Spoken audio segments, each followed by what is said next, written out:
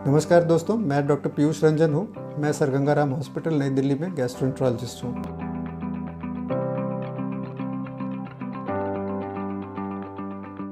आज आपसे मैं कोलन कैंसर के बारे में कुछ इन्फॉर्मेशन शेयर करूँगा। कोलन कैंसर, कोलन यानी कि लार्ज इंटेस्टाइन में होने वाला ट्यूमर एक बहुत ही कॉमन कंडीशन है। कोलन कैंसर से होने वाला जो सबसे कॉमन सिम्टम होता है वो होती है स्टूल के साथ ब्लीडिंग होना। यदि ये कैंसर आपके आंतों के लेफ्ट साइड में हो, यानी कि जिसको रेक्टम, सिग्मॉइड कोलन और डिसेंडिंग कोलन कहते हैं। राइट साइड कोलन के कैंसर्स का सिम्टम ब्लीडिंग नहीं होता है जनरली, इससे स्लोली ब्लीडिंग होती है जो दिखती नहीं है कई बार, खून की कमी। तो अनएक्सपेक्टेड वेट लॉस और अनीमिया किसी भी एल्डरली आदमी में कोलन कैंसर, खास करके असेंडिंग कोलन और सीकम, एक बहुत ही इम्पॉर्टेंट कॉज होता है इसका। और इसके अलावा जब ट्यूमर बड़ा हो रहा हो, खास करके लेफ्ट साइडेड कोलन के ट्यूमर्स में अगर ये साइज़ बड़ा हो रहा हो, तो आंतों की ल्यूमेन, आंतें हमारी एक ट्यूब की तरह की स्ट्रक्चर होती हैं, तो ये कैंसर उसको ब्लॉक कर सकता है, यानी कि रास्ते को बंद कर सकता है। तो पेन होना और इंटेस्टिनल ऑब्स्ट्रक्शन यानी आंतों में रुकावट होना जिसमें दर्द के साथ उल्टियाँ होने लगे, ये सबसे कॉमन सिम्टम कोलोनिक कैंसर के होते हैं। कोलोनिक कैंसर होने का सबसे प्रमुख कारण होता है आंतों में इसका जो प्रिकर्सर रीजन होता है जिसको पॉलिप कहते हैं। कोलोनिक पॉलिप टाइम के साथ कोलोनिक कैंसर में बदल जाते हैं। अगेन, कोलोनिक पॉलिप होने के जो कारण होते हैं जिस कारण से ये बढ़ रहा है, अगर हम वेस्टर्न वर्ल्ड की बात करें तो वहाँ कोलोनिक पॉलिप्स बहुत ज़्यादा कॉमन होते हैं, क्योंकि वेस्टर्न डाइट फाइबर में लो होती है, फैट में, प्रोटीन में बहुत ज़्यादा की उनकी मात्रा होती है, तो इस कारण वहाँ ज़्यादा होता है।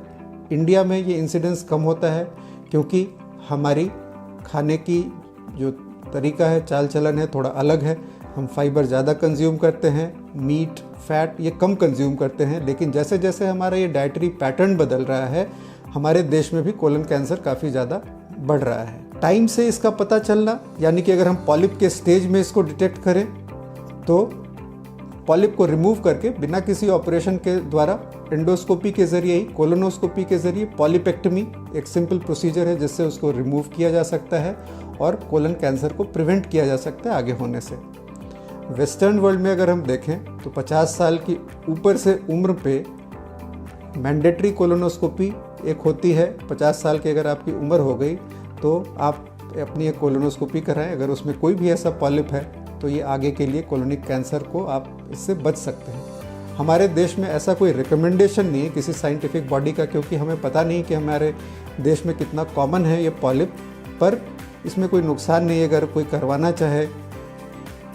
इसके अलावा ये आपको सिम्टम हो रहे हैं, यदि हाल में पिछले कुछ महीनों में आपके स्टूल का पैटर्न चेंज हो रहा है, कॉन्स्टिपेशन हो रहा है बार बार, या डायरिया हो रहा है, आयरन डेफिशिएंसी, अनीमिया हो रही है किसी भी एडल्ट में, स्टूल में यदि ब्लड आ रहा हो, तो निश्चित रूप से ये कोलोनोस्कोपी करके देखने की ज़रूरत है कि कोलन के अंदर ऑलरेडी कोई पॉलिप तो नहीं है या इसमें कैंसर तो नहीं बन रहा है। एक बार जब ये डिटेक्ट हो जाए तो किसी भी कैंसर की तरह पहले इसकी स्टेजिंग होती है। स्टेजिंग के लिए सीटी स्कैन या पेट स्कैन किया जाता है, जिससे ये पता चलता है कि लोकली, यानी कि आसपास के लिम्फ नोड में, या डिस्टेंट, कोलन से सबसे कॉमन मेटास्टेसिस कैंसर में होता है, यानी कि कैंसर फैल के वहाँ जा सकता है। किसी भी कैंसर के लिए कॉम्प्रिहेंसिव ट्रीटमेंट उसका सर्जरी होता है, लेकिन अगर लोकली ज़्यादा फैला हुआ हो तो प्री ऑपरेटिव कीमोथेरेपी के ज़रिए उसको छोटा करके, खास करके रेक्टम के कैंसर्स में ये कॉमन चीज़ है कि एक स्टेज के बियॉन्ड अगर ट्यूमर हो तो उसको प्री ऑपरेटिव डाउन स्टेज करके फिर उसकी सर्जरी की जाती है।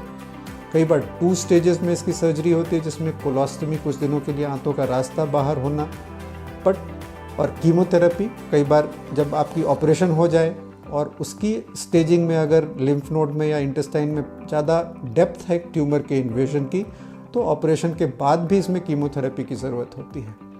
कोलन कैंसर एक ऐसी कंडीशन है जिसका ट्रीटमेंट और ट्रीटमेंट के बाद का सर्वाइवल में बहुत ही ज़्यादा सुधार आया है। बहुत ही अच्छी मेडिसिन अवेलेबल हैं, और सर्जरी के बाद अगर फैला हुआ भी कैंसर है, यानी कि अगर लिवर में भी मेटास्टेसिस है, तो सर्जरी के दौरान सिंगल मेटास्टेसिस को भी हटाया जा सकता है। और अब मेडिसिन इतनी कारगर हैं कि उससे मेटास्टेसिस का भी क्योर हो सकता है। तो जब भी जो सिम्टम्स मैंने मेंशन किए इसमें से कुछ भी हो तो अपने आप को स्क्रीन कराने से ना डरें, ना हिचकें, उसके लिए टेस्ट कराएं। और अगर ये निकलता है तो फिर एक ऐसे सेंटर पे जहाँ पे मल्टी स्पेशलिटी टीम अवेलेबल हो, गैस्ट्रोएंटरोलॉजिस्ट, गैस्ट्रोसर्जन, ऑन्कोलॉजिस्ट और रेडियोथेरेपी की सुविधा हो, ऐसी सेंटर पे जाके आप अपने कॉम्प्रिहेंसिव ट्रीटमेंट प्लान कर सकते हैं यदि आपके फैमिली में, आपके रिलेटिव में, आपके फ्रेंड्स में कोई भी इस कंडीशन से सफ़र करते हैं। तो यदि आपको ये इन्फॉर्मेशन यूज़फुल लगी हो तो अपने फ्रेंड्स से, अपने फैमिली मेम्बर से शेयर करें और किसी भी अपनी गैस्ट्रोइंटेस्टिनल प्रॉब्लम्स के लिए आप मुझसे कॉन्टैक्ट कर सकते हैं। Thank you.